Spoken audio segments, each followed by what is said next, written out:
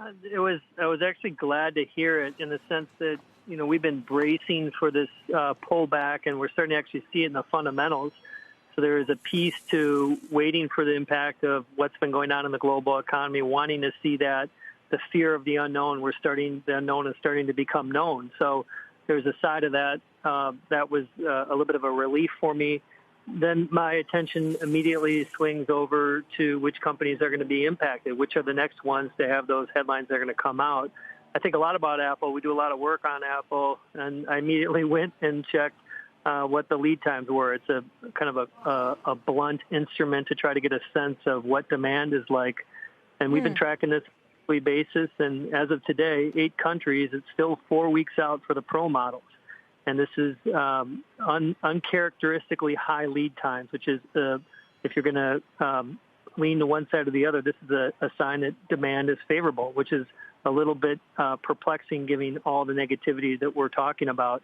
And just to kind of finish out the thoughts there is that a 4-week lead time for iPhones, this is the Pro models now, a 4-week lead time this far after, 3 weeks after a launch is usually, typically, we're down to a week at that point. And so uncharacteristically high lead times, you can, of course, blame the supply chain and say that that's the reason Apple. That's what I was going to ask. If it was just shortages of the product.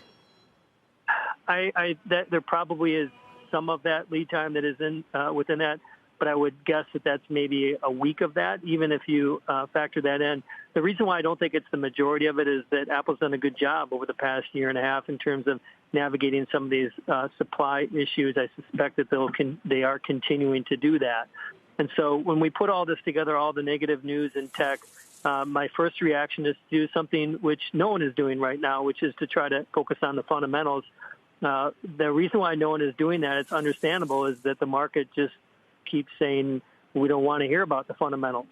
And I think we're being blindsided because AMD put out preliminary results saying they're going to miss their forecast by $1 billion. That's fundamental. There are.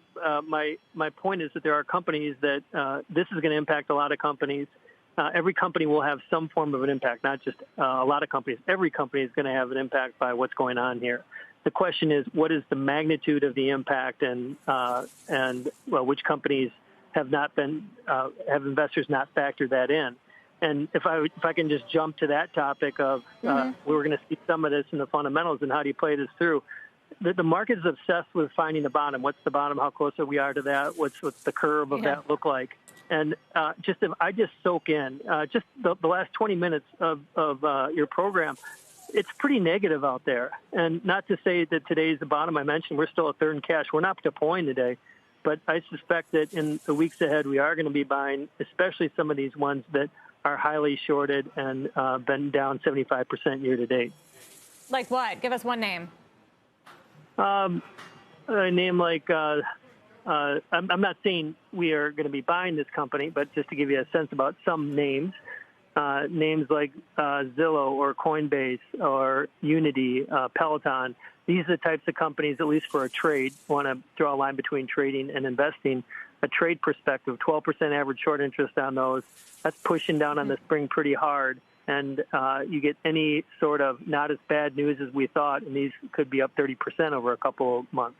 So I still think that there's more optimism in all the negativity today if you have a view to look into 2023. The ones everyone hates right now. Gene, thank you. Gene Munster. Appreciate you jumping on the phone with some strategy from Loup Ventures.